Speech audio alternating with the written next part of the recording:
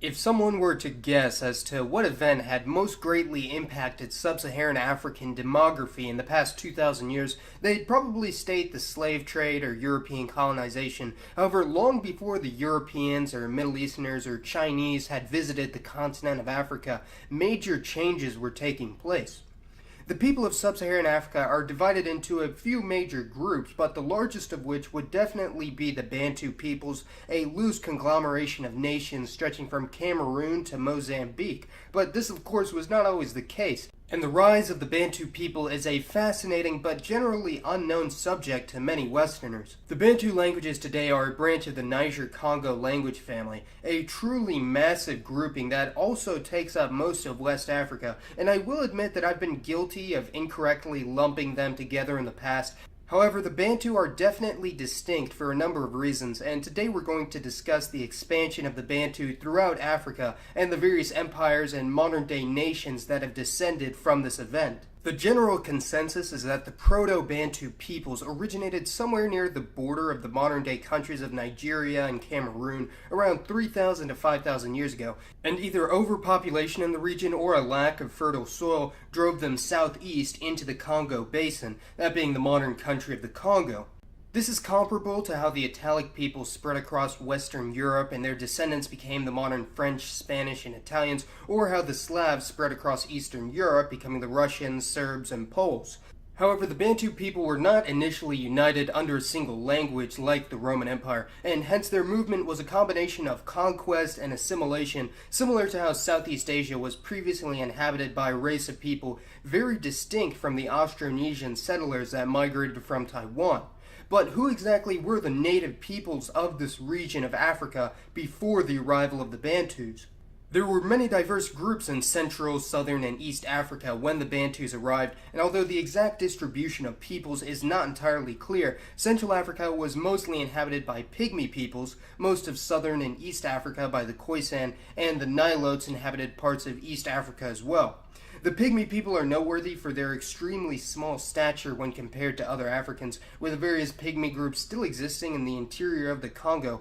although they no longer retain their original language, instead speaking Bantu languages with a large amount of influence from the pre-Bantu Pygmy languages, and even to this day the average Pygmy is less than 4'10".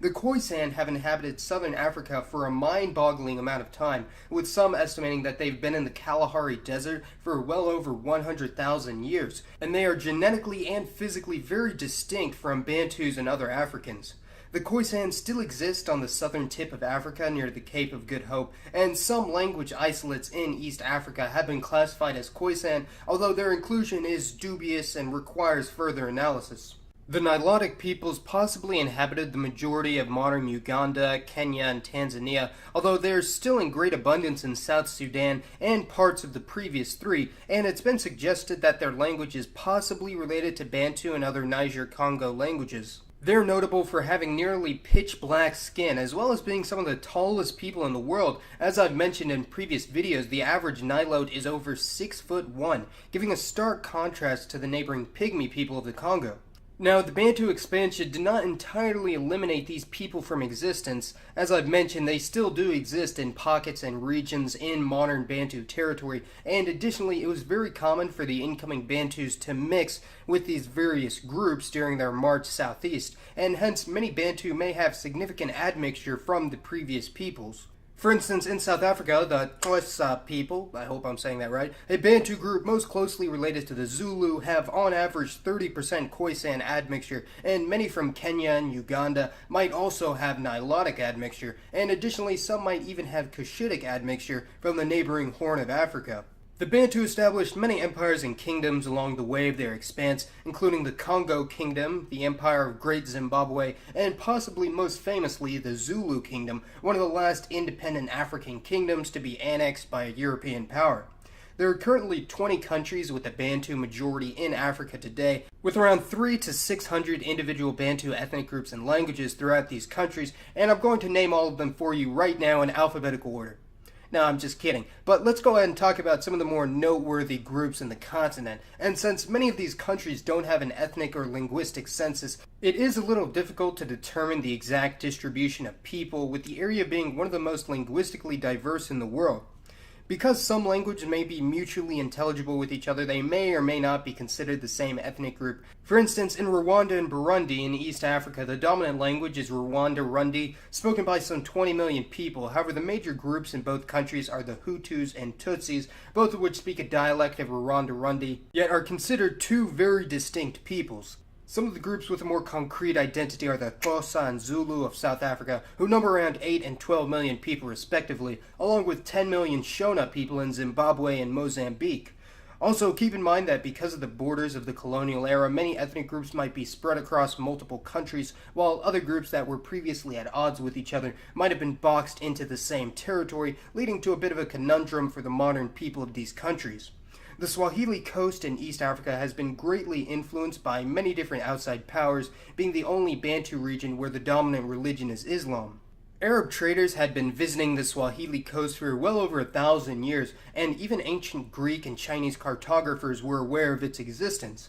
After the death of Muhammad in the 7th century, many merchants and traders from Arabia, Oman, and the Hadramaut settled in this region, and the resulting trade language became known as Swahili, which is fundamentally a Bantu language, however is occasionally written in the Arabic script, especially in Zanzibar and the Comoros Islands, and has a significant number of loanwords from Arabic and to a lesser extent Persian. Swahili has since become the lingua franca of East Africa, and although the number of people that can be classified as ethnically Swahili is only a few million, the majority of Kenya, Tanzania, and Uganda have learned Swahili as a second language, numbering close to 80 million people, making it by far the most extensively spoken Bantu language. It would take around 2,000 years for the Bantu to finally reach the edges of the continent after their great trek through the jungles of the Congo, with many historians estimating that the Bantu people may have reached the southern coast of South Africa a mere 1,500 years ago, although the Cape was generally only inhabited by Khoisan peoples at the time of European contact. However, this was not the end for Bantu expansion, as there are many people with full or partial Bantu ancestry outside of this region of Africa.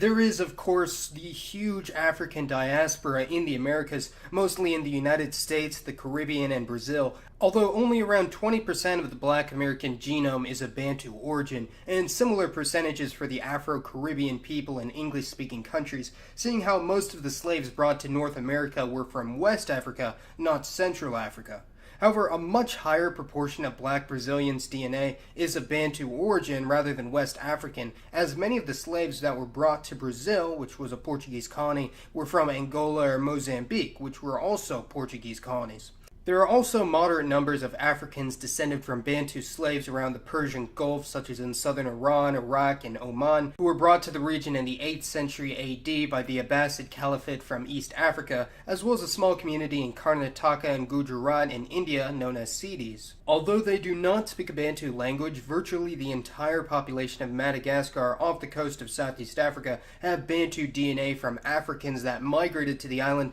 and mixed with Austronesians from Southeast Asia, as well as Arab, Portuguese, Chinese, and Indian traders to a lesser extent, and the Malagasy language, which is decidedly Austronesian in origin, has a large amount of influence from Bantu languages. Additionally, the small island nations of Mauritius, Reunion, and Seychelles in the Indian Ocean also have large mixed-race populations, mostly of Bantu stock, and the Chagosians from the island of Chagos, now known as the British Indian Ocean Territory, are also of partial Bantu origin. Although the largest genetic contribution to the South African Cape Coloureds is of Khoisan stock, a significant amount of their DNA is from Bantu sources, as well as the other mixed-race groups in the area. There's also a growing diaspora of more recent immigrants from Bantu countries all around the world, as well as internal migration within the region of Bantu inhabitants, with there being an especially large influx into South Africa from neighboring countries in recent years. Overall, Bantu peoples total over 400 million people, about 40% of the continent of Africa, and 6% of the human species,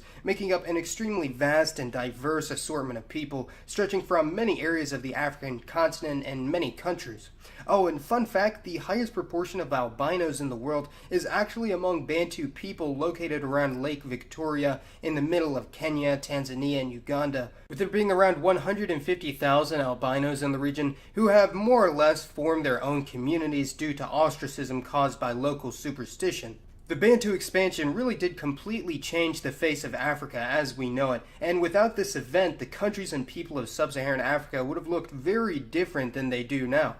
Go ahead and let me know your thoughts on the Bantu expansion and the many Bantu nations and people that inhabit Africa and beyond. And as always, thanks for watching, everyone.